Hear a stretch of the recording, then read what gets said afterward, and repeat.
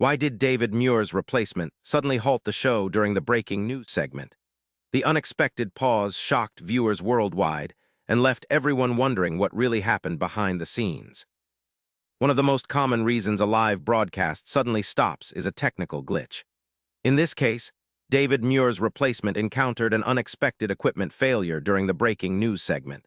Whether it was a problem with the audio feed, video switcher, or communication system with the control room, such issues can force anchors to pause to avoid broadcasting mistakes or silence.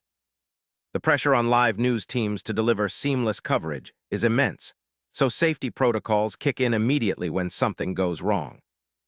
Another factor could be a communication breakdown between the anchor and the production team.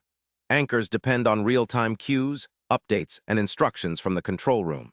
If those signals stop or become confusing, the anchor may have no choice but to halt to avoid errors.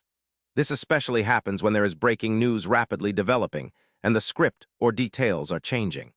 The replacement's unfamiliarity with the team's rhythm might have made the situation more challenging.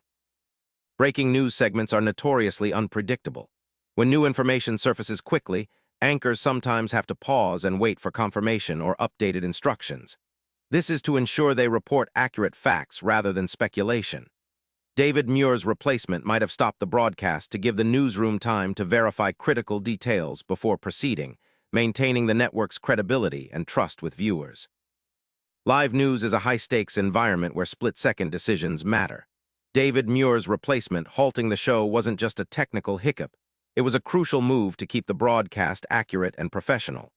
Next time you see a sudden pause, you'll know it's all part of delivering trustworthy news. Hit subscribe for daily answers to questions you didn't know you had.